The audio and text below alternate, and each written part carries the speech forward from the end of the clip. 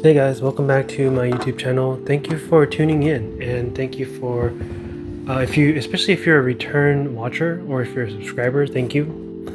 But yeah, the week was great. I think that I would like to focus on specific topics.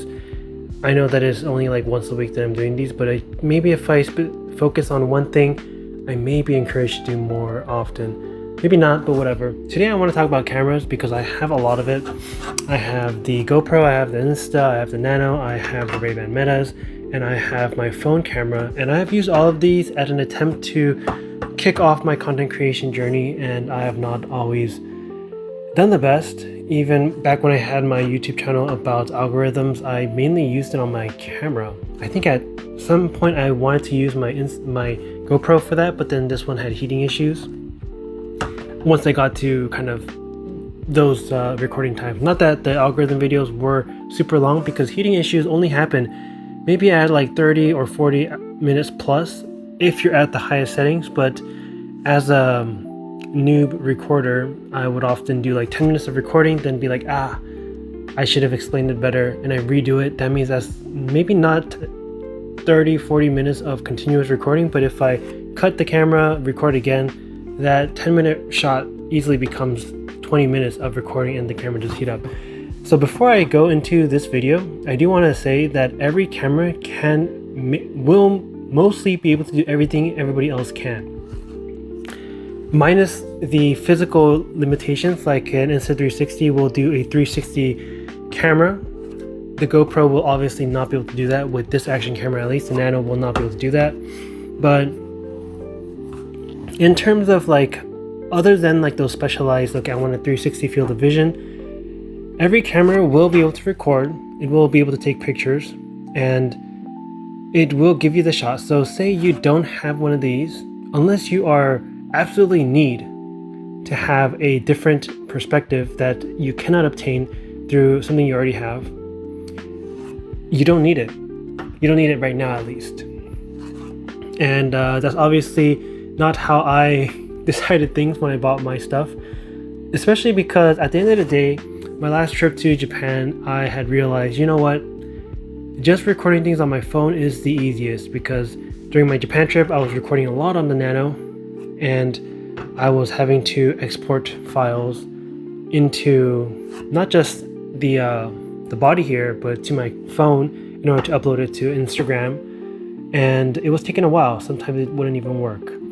And so, yeah, I quickly just pivoted over to just recording things on my phone. So with that out of the way, again, every single camera here mostly can do everything they else can, but they have some strengths, and not just strengths, but what I'm comfortable with. And so I'll share some of that. Also share some footage that I took. The footage that I have are very old. And also I'm only doing like a screen grab of the recording. I'm not going to go back and look for my GoPro video from 10 years ago. I'm going to record the screen off of like an old YouTube video and then post that up. So don't think that the quality determines what I'm showing you. Obviously these themselves are old cameras. Therefore, like this one's the X3. The image quality has gotten a lot better. And so keep that in mind. I'm only mainly talking about functionality, right? And so what I'm comfortable with on the GoPro, I am super comfortable with the fact that I can remove parts. You can remove the door for, like this one has a through door in case I want to do a time lapse and I need like external storage or external power. So I can like power this through here and have this ongoing. I could remove this lens here.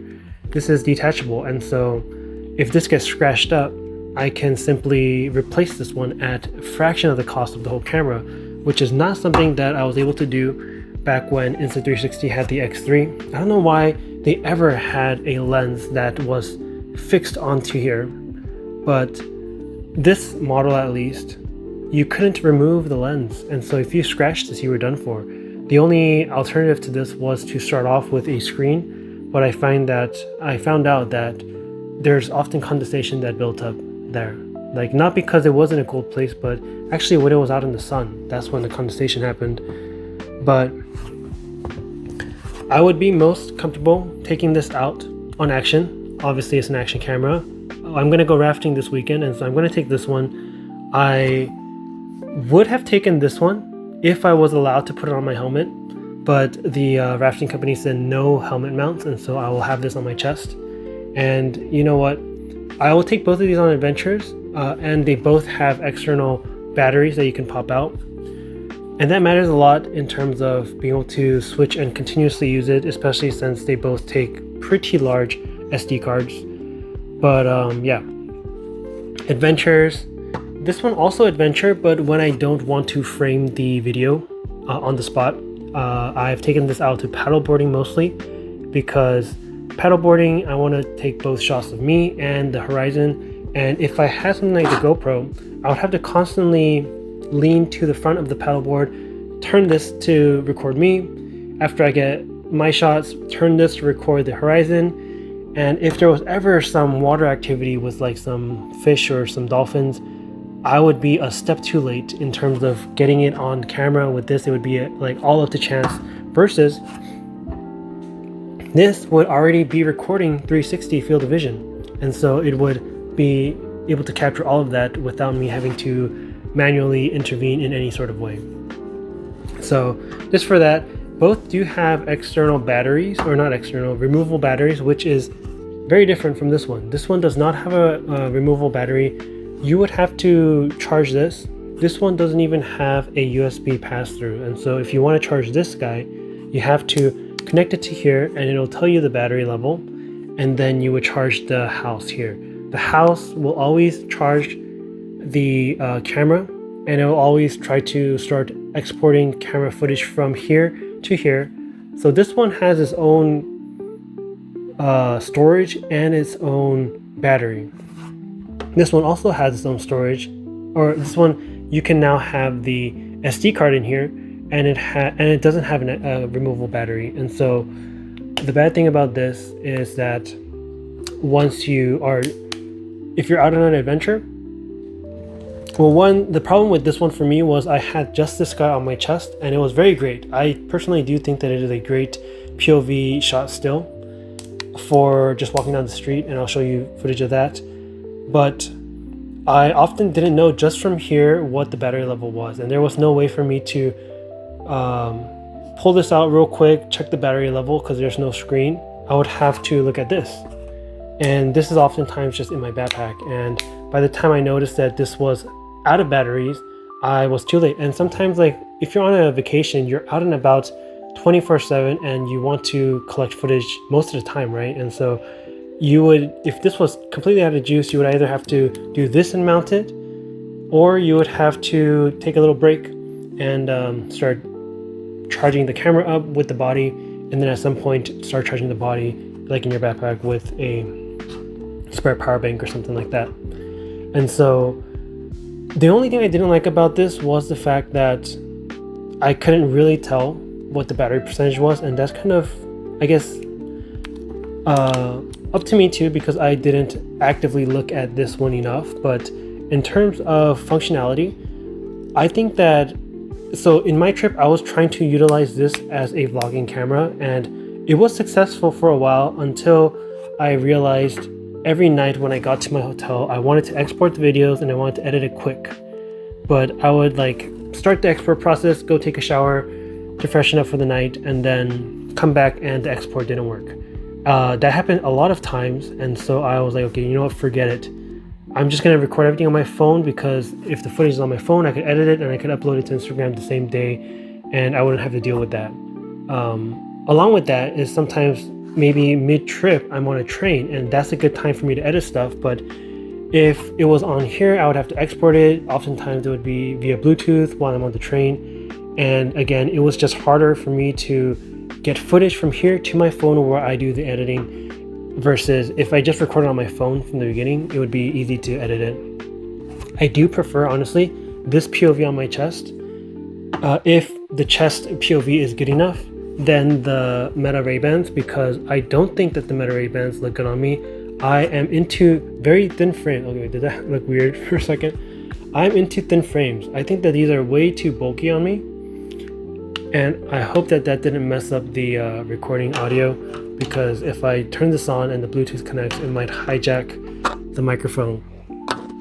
But either way, yeah, this one, I don't think that it looks stylishly good on me. I wear it for my round one videos because at the arcade, I'm already the guy by myself walking around with a big bag of prizes, and so I don't really care about looks at that point.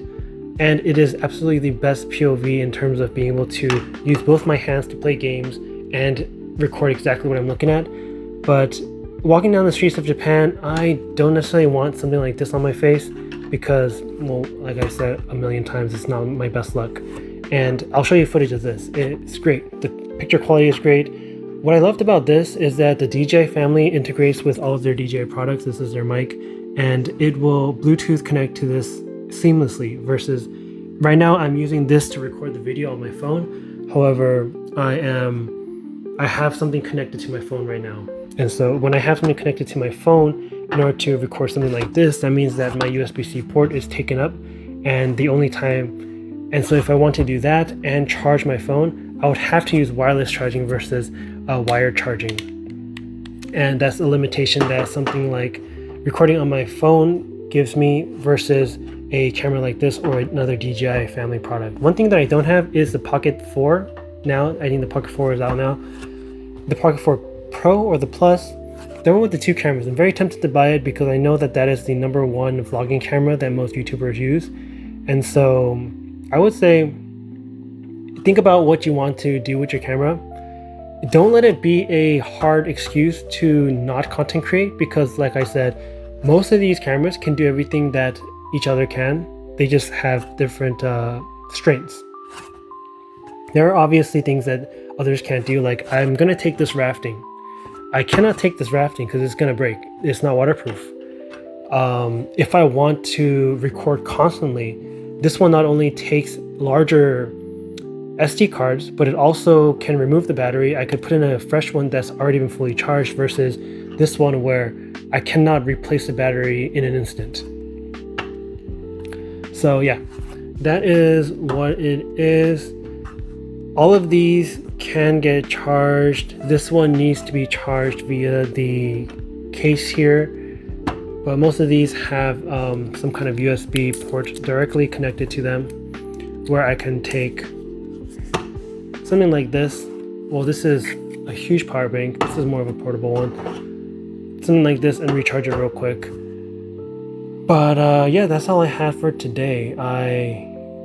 Hopefully you enjoyed the videos. I'm gonna upload clips as I talked, but again, those clips are just screen grabs, and so forgive me for the quality of that. I'm not going to go find the raw files.